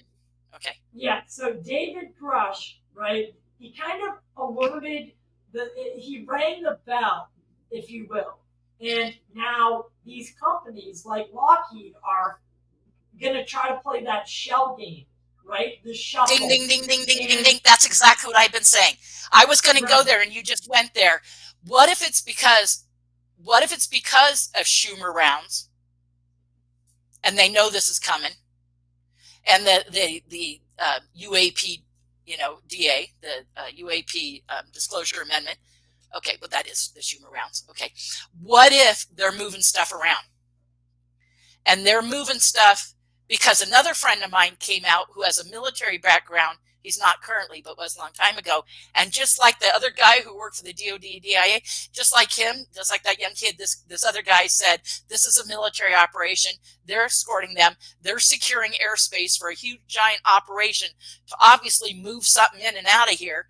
What if, and that's just a big what if, because this is either a giant training exercise or it's moving day. Yeah. Yeah. And then he postulated, and I have no idea because all he knows what we're seeing. He wondered, could they be moving it off planet? Could they be, based on the moon or something? Could they be moving it to another country? Or what, who knows? But we've been seeing it for 65 days, and I personally witnessed it 45 nights. I am blown away. I want to fly to Sedona. I told you I had something big to drop. I told you I had a big story. I want to fly to Sedona like tomorrow and just bring everything with me. Now I tell people, if you come here, you have to go look at this. Well, first off, you got to use the night vision. And I'll take you for free if I don't have other clients. But if I have other clients, I'd have to charge you because those goggles are for my clients. Of course, I only have 10 pairs. So if I don't night vision, they can go with me for free. If I don't have a lot of clients, I don't want the money to be a thing. If you're a researcher, investigator, someone very serious about this, and you have to see it, but you got to come for like a week and go out every night, because one night it may not happen. One night it's likely to be cloudy or snowing or raining. So I would say you come for like a week. All the clear nights we'll go look. If I don't have a lot of other clients, I don't want it to be, oh, she's just doing this for money, any of that nonsense. Right. Because I want researchers to witness this and see what I'm seeing. You already got all the implications. Thank you, Ty. Thank you. You grasped the implications. Because whether it's ETs come and going or craft in our possession or reverse engineered, it's reverse engineered ET technology, because this stuff disappears and creates giant plasma fields that plasma physicists going on my tours say they can't even begin to imagine the amount of power generated that you would see amber light at a distance. And things powering up like that. And these things coming in groups of 2s and 3s going behind the hills, and aircraft coming up to meet them, going with them. As they're coming up behind the hill, there's aircraft with them sometimes. Right. The piece I'm going to give you shows some of that. And when I show you, it'll be a tiny little segment that's 3 minutes long, and people have to wrap around their head that is happening for an hour every night. And get this, it started to move back about every 10, 15 days. I didn't watch exactly. It moved back by half an hour, where now it's starting at like 7 o'clock at night. Like 7 to 8, or I think it pushed back again to like 7:30. But the friend of mine with a military background had read an article about when you have to launch stuff in orbit, and that NASA and Jeff Bezos and Elon Musk and everybody, they've learned that occasionally they have to adjust things for the timing. And he said, the article said like every 10 or 15 days they have to adjust. And I'm like, oh my God. And I said, that makes perfect sense. We're seeing them adjust for an orbit that they're Right. adjusting to get them in orbit, or greeting things coming in orbit, that they're having to have a certain time frame for these things to come in orbit. Now, we have Right. sightings all the time on my tours, but not this high concentration right over those hills with a huge military presence. Like I said, this DIA guy, my friend with a military background, I just showed them and they immediately said, oh my God, this is a military operation. It's a big military operation at so a base that has an entrance on land and a facility owned by Lockheed Martin. Yeah, I mean, that's all the evidence for me. That all points to one thing. And to one thing, and it involves the UFO phenomenon. And then from there, it divulges into phenomena. But there is something big. If everything you're saying is 100% accurate, which your reputation precedes you, I absolutely believe you 100%. If what you're saying is happening, it's an unprecedented flap that the one that we've been waiting for. And it seems that no. So what I'm asking is, are your tours like? Is that a big thing? Like, do they know that you're watching? Good question. No one is. Thank God, I've not had any warnings or threats or anything. So I think, and this is, look, anyone can see this. We're in Sedona, in the town, when we're seeing some of this, if we're at my regular spot. And so a bunch of the nights when I've had clients, we were there. We went out to a trailhead in another area in town that's still in the city, to see some of it. Now I'm going down on Black Mountain, which is closer to Cottonwood, to see some of it. And tomorrow we're either going to go up higher on that same hill, or we're going to go where you go through Jerome and you go out on part of Mingus, but you're going way out. There's a little town in the middle of nowhere called Perkinsville, and there's like a ridge with this dirt road going out on it. And we went out there the other night, and it was too cloudy, and we realized that's going to be a nice high point to see, because we're trying to get a bead now, because it was for the whole month of October, starting January 20, September 27th, when I first started seeing this. Started September 27th, coming up behind Kasner, which is right behind Bradshaw. Oh, and get this, I left out a major thing. One of the nights that I had clients in a slightly closer parking lot, so we're only a mile from Kasner, right there, right where we were, a mile from Kasner. About a half mile further in the valley, because is right where you go down, is going down to Bradshaw. Okay. Jeremiah, the fellow researcher, yep. I didn't know this. Tom Dongo had already told him all about this before I did, and said, you got to go see this. Tom was sick at the time, didn't go see. Jeremiah and Alexandra go down to Bradshaw Ranch. They're there at the same time I have my stands maybe 2 miles away from them. 1.5 miles, maybe 2 miles tops, from right where they're standing, we're standing. We saw these giant amber lights coming up like crazy behind Kasner, going up, some going to the right, some going to the left. Jeremiah said, those going straight up, look, because they were there at Bradshaw witnessing the same thing from a different angle. I didn't know that. And they said some of them were, the ones going to the right for us were kind of heading away from them. There were ones going up, but any ones that we saw going to the left were going right over them. And they said, Melinda, they were giant amber lights, except one of them was so low, so close, it came over him. Giant black triangle. Oh my God. Yeah, they said as it approached, it was a big black triangle, and it hovered right over them. Now, the day they told me that, I had ran into them in town. A couple days later, I had to call them. It was like 5-6 days later, whatever. I called them to talk to them about something. Alexandra answers the phone. And I said, she goes, Jeremiah's right here, I'll hand him the phone. I go, before you do, tell me your account of seeing the triangle. She said, Melinda, they were giant amber lights. One of them came close enough to us, and all of a sudden it was a big black triangle coming over us. It stopped. We're at Bradshaw. It's hovering right over us. And then she said it shot straight up and disappeared. Holy shit. Holy shit. Shot straight up and disappeared. And so we want to get out. That's one of the reasons we're checking out these other locations. Is my goal is to get out there closer to try to be under these, to see if we see this structure of these craft. Right. And whether they're triangles or discs. I mean, one of them was a triangle that they witnessed. Now, we were a mile and a half away. We just saw a giant amber light, so bright it was like lighting up the hill. Right. That's what we saw. So we weren't close enough to see it as a triangle, but they saw the same thing from, let's say, 2 miles away, but they were right under it, and they said it was a giant triangle hovering right on top of them.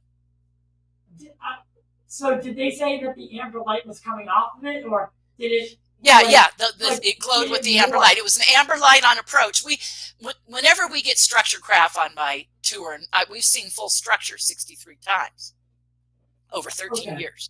Over all those tours, 13 years, we've seen full structure 63 times. And it's usually, we've seen 63 fully structured craft. Only 2 of them were like silhouetted, like, you know, if you're out at night, you put your hand up, it's silhouetted against the lit sky, right? Okay. Right. Okay, so only 2 of them were silhouetted. The other 61, either the whole thing glowed amber, so orange, red, you know, orange or red, or it glowed blue or green, or multiples of those colors. One disc had amber, so one disc had gold, red, and green on it. One big triangle glowed blue and red. We've had a triangle over us, so the whole thing glowed periwinkle blue, like blue with a tint of purple. You know, and so often on approach, structure craft on approach will either be a big orange, red, blue, or green light coming towards you. If it turns, you have what I call big light sighting. You just have a big light, like these, when they power up. That's a big light sighting. Big light means you can't see the structure. You're not seeing shape. But if that big light keeps coming over you, and we've had cylinders, triangles, discs, ovals, teardrop shape, diamond shape. We've seen a variety. I'm not joking, you guys. We've seen all those shapes. What do you recommend for people if they are in getting to that point where the craft is coming towards them?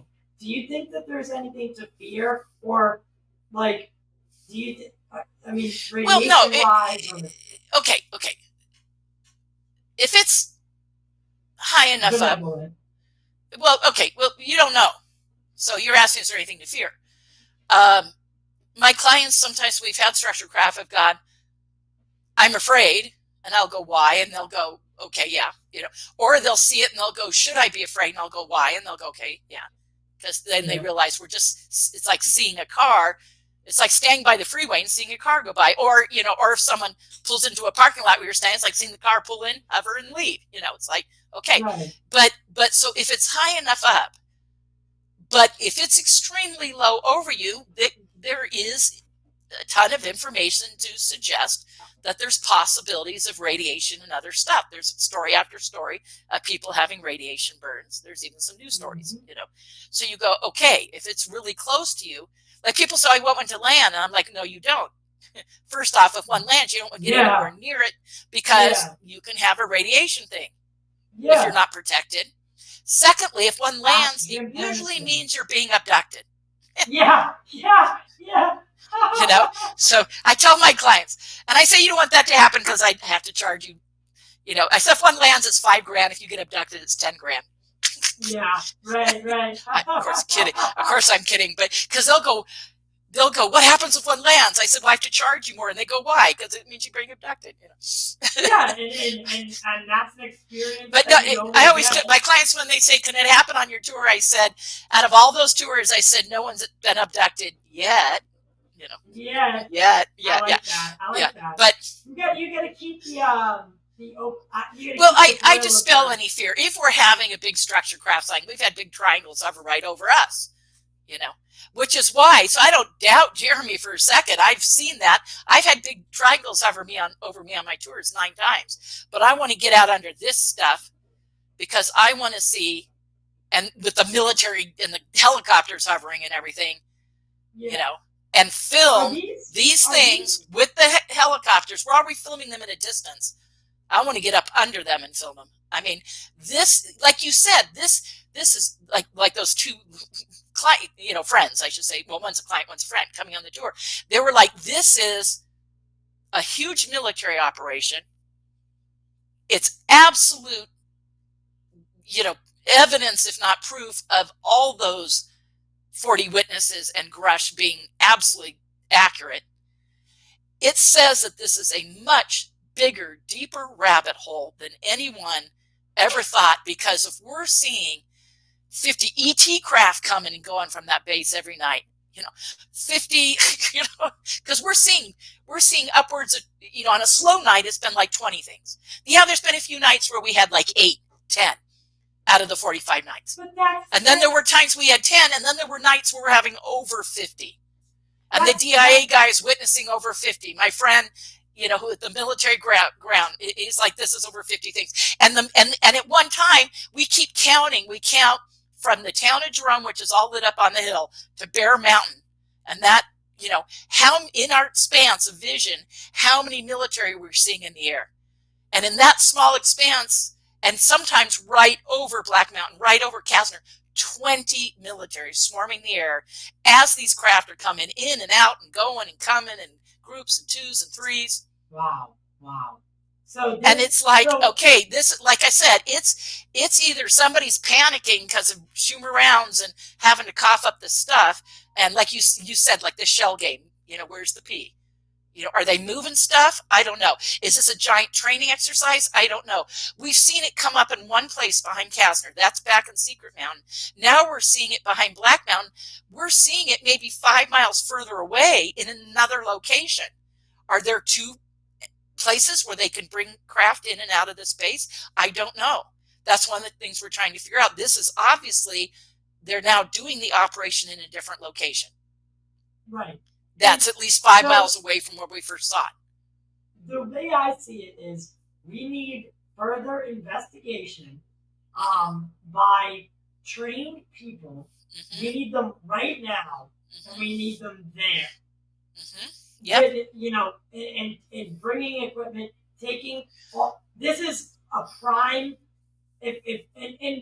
I'm not sure if you put the call out yet, but this is to anybody, yeah. Because we have a rather large audience. Part of why I agreed to do this with you today. First off, you'd been asking me, and phone tag, whatever. Okay. Secondly, I'm in the middle of this, and I'm like, okay, I can talk about this before anybody tells me. Even team members tell me not to.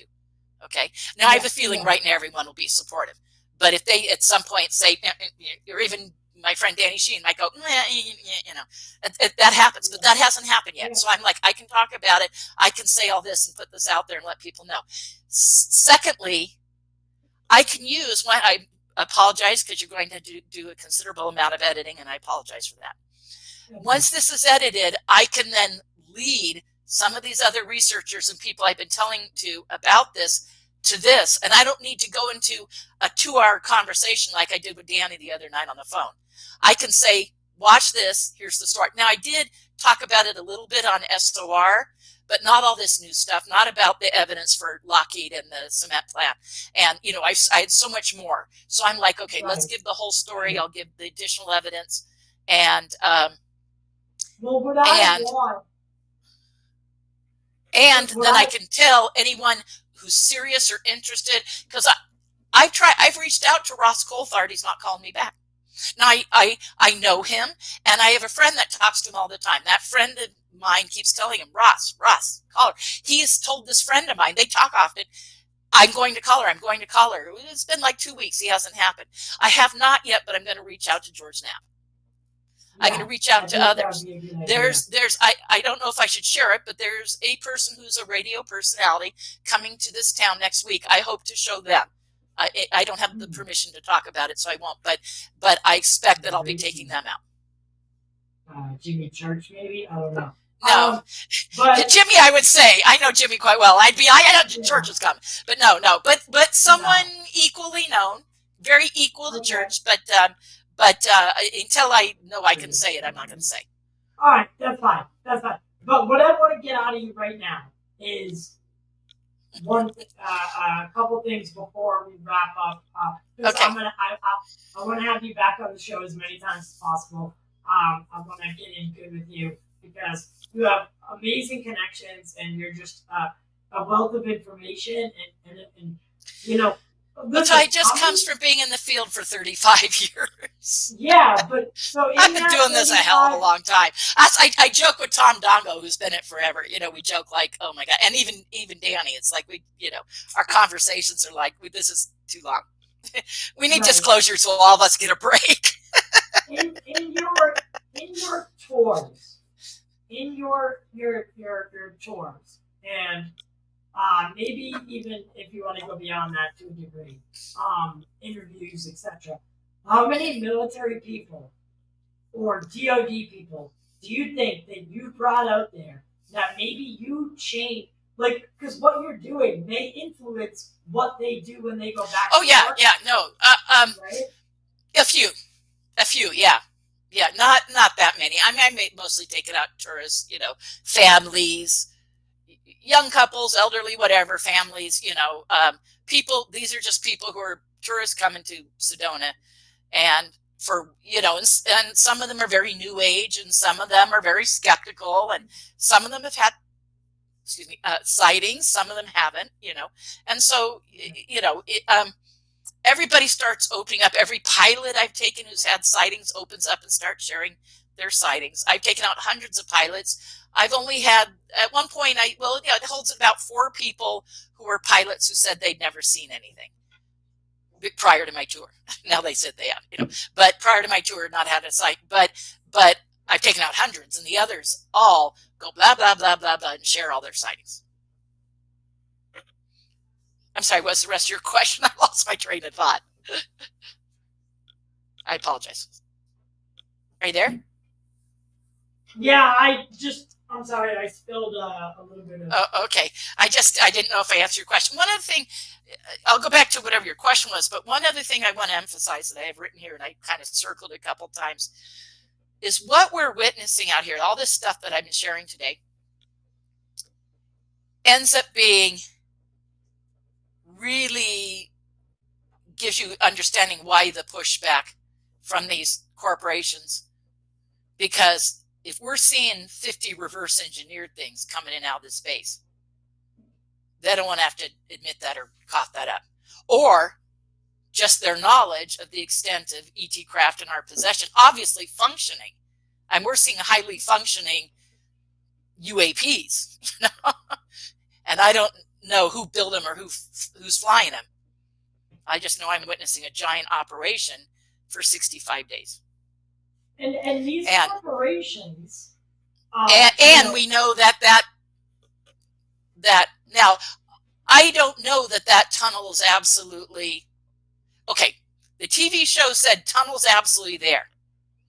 But they only got the part that they scanned. So they're drawing a line to show where does this line go both directions. It goes under Kasner and back to Secret Mountain and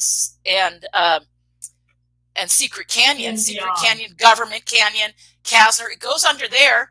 Right over the middle of it is Bradshaw Ranch. And then it goes right, if you draw, they do that straight line, perfectly straight. I've redrawn it on Google Earth, and I drop the pin drops, and that's how I know it's 12 miles, and it goes straight under the cement processing plant that just happens to be owned by Lockheed Martin. Yeah, well, send me those screenshots if you can. Yeah.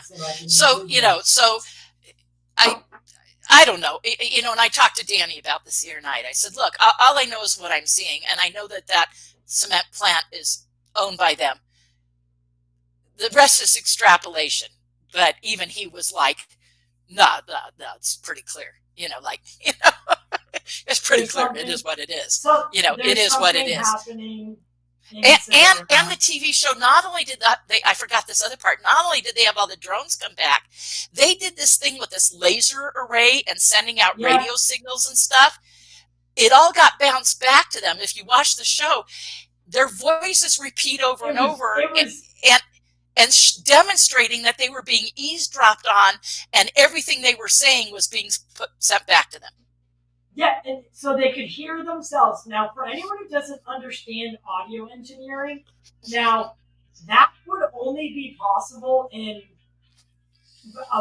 one way or one of two ways. And that is if you're broadcasting your own signal. So this is so funny. I've said earlier my team was trying to contact me, and that was Jeremiah and Alexandra. Now this other part of the team, which is Nate and Kelly, are trying to contact me. And let them know that I'm doing this. That's funny, But once you get this edited up, I'll send them to watch. Yeah, please, please. And so, although they might go, okay, you did that, don't do it again. No, I'm just kidding. No, and you just asked me, your timing was good. Why am I disclosing this with you?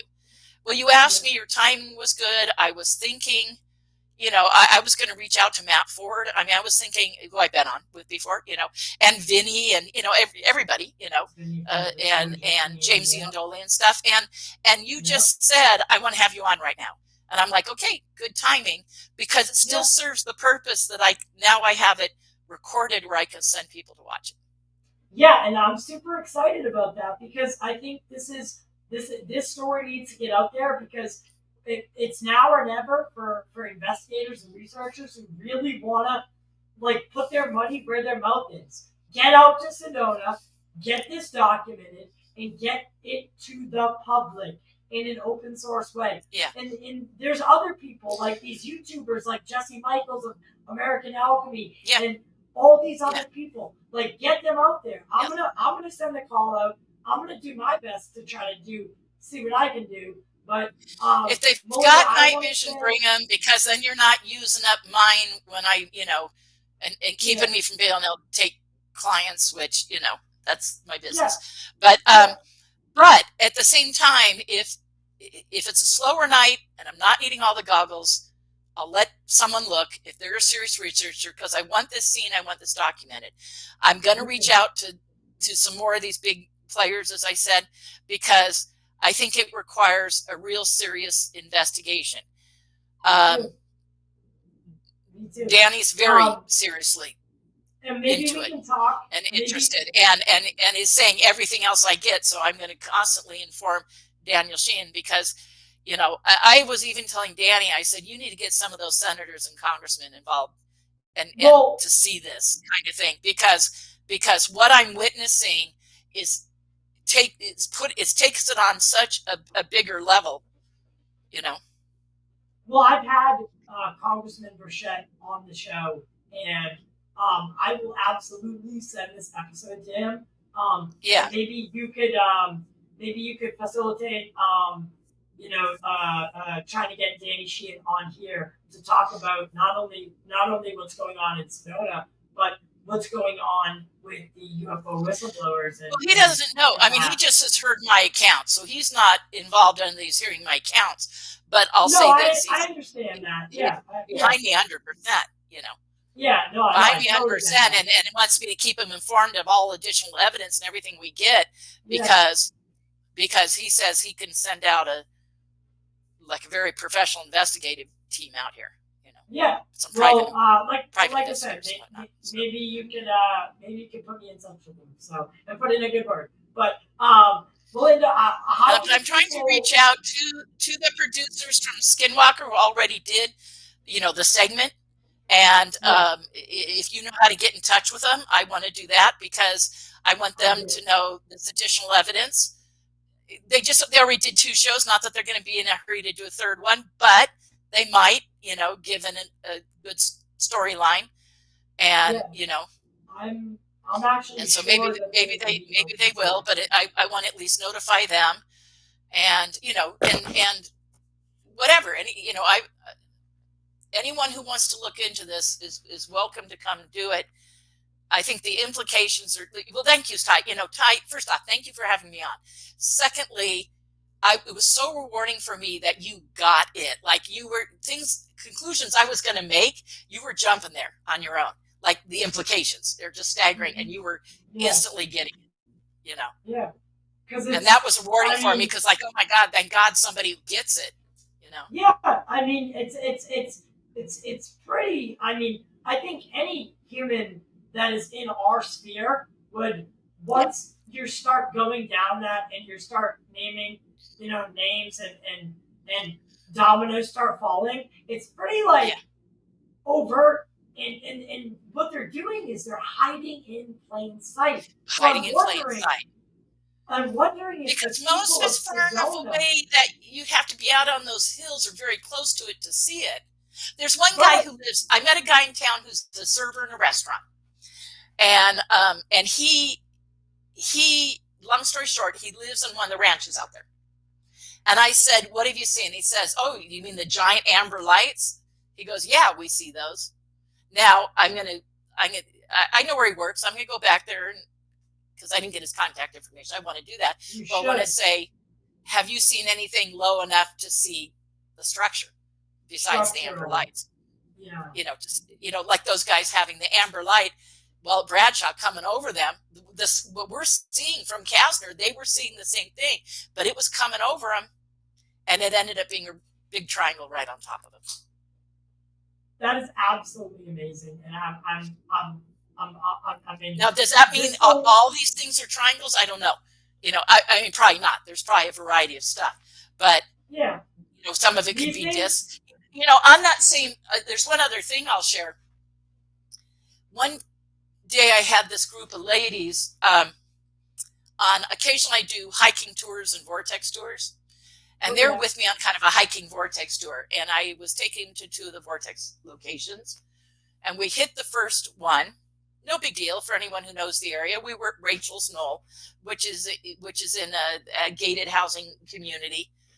It's part of the Boynton Canyon. Again, if someone knows the area, the Boynton Canyon Vortex, and Long Canyon, which is next to Boynton Canyon, and Rachel's Knoll is a hill in the entrance to Boynton Canyon in this gated community. Anyways, so we're there, and we hear military jets coming, very loud. Over near us, there's Wilson Mountain, which is granite, and they're coming over Wilson Mountains. Finally, they dip down over Wilson Mountain, and we're seeing what at first we think is like 4 military jets. And I've started to have to do a bunch of research on what different jets look like, and they kind of were shiny. So I'm thinking F-16s, not F-18s. Okay, but I'm not perfectly sure on that. It's one or the other. But very needle nose sticking out the front. Okay. And they're coming over the hill, but then even my clients go, "What's that other thing?" So there's 3 jets, but there's something else with them. There's something else. And it had, basically it was an oval. It was a disc, oval shaped disc. And it had no tail, no wings. It dipped down, and where we are up on that hill, we're facing Long Canyon, and there's this granite peak right across from us, and one at a kind of an angle, and the one at an angle right behind that would be where part of Boynton Canyon still is, and Sycamore Canyon beyond that, beyond the hills. So these dip down right in front of us. This other object, no sound. The jets, you can feel the thrust. They're extremely loud. They're very close to us. Right. Within a couple hundred yards, probably less than a quarter mile anyways, and then I mean they came down almost dipping down into the canyon, definitely following the contour, and then they flew up over the other granite mountain and kept going, and they were like, why would they be following my clients, women who had no interest? They weren't a UFO thing at all. In fact, I have good reason to believe, I'll share in a second, that they had no interest. And so they're like, what the heck? That doesn't, and I said, what are you guys seeing? And they said, well, it has no wings, no tail. It's oval. It's thicker than the planes. It had thickness those planes were really sleek and long. This had thickness. And the planes were kind of shiny. This was more of a dull finish. They said no wings, no tail, completely silent, and the jets were loud. This was completely silent. The jets you could see were like thrusting forward. This thing would occasionally go side to side and occasionally lag a little bit behind the jets and then speed up and catch up with them, and then it would go side to side and it would lag a little. So it was clearly a different modality of propulsion. It would lag and then speed up and lag and speed up. And then they all went over the hill and they said, why are they following the train? I said, good point. I said, I'm glad you saw that too. I said, they're flying under radar. Clearly flying under radar, following the train. 2 jets in front of the thing and 1 to the side. So you had 2 and 2 like this, everybody, 2 and 2. So the 2, wait, let's go this direction. 2 jets here going like this. And the object, so like this, and then the object was between them, and the other object, and the other, so I mean sideways like this, but you get it, because they were right out from us. Yeah. They were just slightly above us when they came down over the valley, but really close. Wow. And then they raised, and then these ladies, it was a very hot day. This was about a year ago. It was very hot, and I went in the car to turn on the air conditioning. They were talking amongst themselves. I got the car cooled anyways, and then they came. Well, the reason they were talking amongst themselves is they got in the car and said, we decide we don't want to go to the second location. We want to end the tour. They were freaked out by what they saw. That they never thought there was a reality to it. And I was asking them, I said, what are you guys seeing? And they said, well, clearly we're seeing a UFO. You know, without my having to prompt them. I just was saying, tell me what you're seeing. And they said, clearly we're seeing a UFO. And they said there's jets escorting it, and they talked amongst themselves, and they said we don't feel good. We want to end the tour. Wow. I could tell they were freaked out by it. By the way, and then these things, when they took off over the hill, guess what direction they were going? Straight back there to the base. Towards the underground 5 miles. That's with the tunnel owned by Lockheed. Yeah, with the entrance that just so happens to be guarded and maintained by Lockheed. Yeah. All a coincidence, though. Just all a coincidence. No, Melinda, listen, you have been an absolute blast to have on the show. I want to have you on as many times as I possibly can. And maybe in the future, like I said, stick around after the end credits, and let's just have a quick 5-minute chat before you go. I'm sorry I gave you such a long show. I hope you can air it together. It'll take, of course, you're going to cut a half hour off editing it. Yeah. You know, but I'm sorry. I don't know why the internet here was being naughty, or if that's what it was. You know, whatever it was. But I'll give you a little piece of footage that we filmed, and I'll give you a link to that, and I'll give you hopefully you can do something with it. And I'll give you the photo I took of the entrance to the cement plant, and the little clip I found online about it being Washington Post, and on the line picture. Yeah, so I'll send you those 3 or 4 photos. That'll be easy. The video, which is about 3 minutes long. Hopefully you can put that all in. Oh, it'll be edited for sure. Now there's more footage. Ron James is going to edit something together for me. He said, you have to give me the pieces of footage. And I haven't had the time to review to pick out the ones of Jay's I want to use, and blah, blah, blah, and the ones of Karen's. And then Karen did post some on Facebook, on Karen Hill on Facebook, but they're not, I don't know, I can't get them all to play. I don't know what's going on there. I got to ask her. So, and I need to get them in such a way that I can give them to Ron to edit together. But the one little piece of footage works clearly. I have already sent that to a couple people, and they were able to watch it. So hopefully you're able to grab that and embed it. Yeah, and again, we'll talk after about that. So, but as we're saying this, but by the time you edit this and we get to this, people will say, "Yeah, we already saw that stuff." So if it's successful, by the time you get here, you have already seen it. Yeah, this whole thing will be null and void to them. But where can people continue the conversation with you? Where can they find you? Where can they buy? How can Twitter.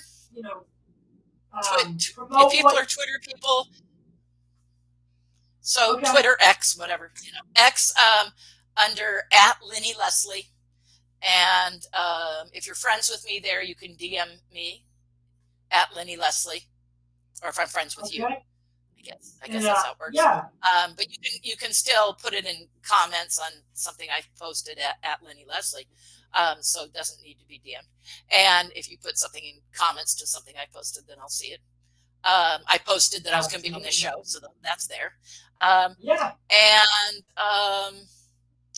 what else? And then once this is done, I'll obviously post links. Facebook, Melinda Leslie on Facebook. And then my website is for the tours is UFO Sighting Tours with an S plural.com. So UFOsightingtours.com. And I can, you go to the Center for the New Age for booking anything with me. And also people cannot reach me, the Center for the New Age in Sedona. Often people will call here and leave messages, and the concierges here are very good about getting messages to me. So that's another good way. Yeah. So it's up on the screen right now, www.ufosightingtours. Which I horribly need to update, so I apologize because it says it's like I've done 600 tours or something. It hasn't been updated, so I need to do that. Yeah, I have to do that. I have to do that.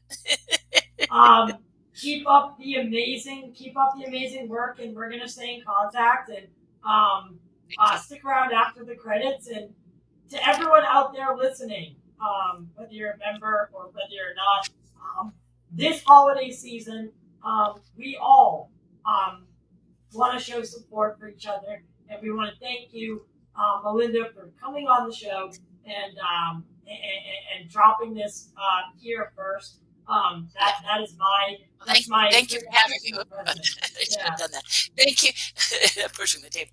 Thank you for having me on, Ty. Thank you very much, and for letting me drop this piece of news and kind of using you to do so. Thank you. Yeah. And hey, I appreciate it. Yeah, and to everyone out there listening, if you're listening on Apple or Spotify, make sure to leave a review. It helps. It's free. You just don't be lazy. You just leave a review, 5 stars, or a written review about what you think of the show. It really helps the algorithm. Again, it's free. Also, share the show with your friends, family, your enemies, the Greys, the Nordics. I don't care who watches. The CIA, NSA. My personal NSA agent. He always they've watches. already seen it. Yeah, he's always watching. So shout out to Trevor. Hey, how you doing?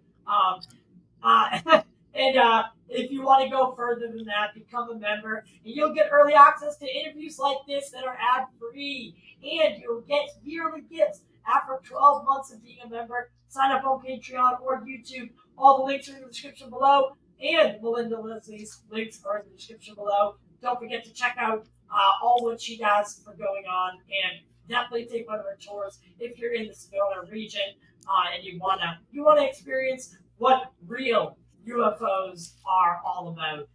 She will give you the rundown. She's what I consider an expert, and we were really, really lucky to have her on tonight. So with that being said, goodbye, world.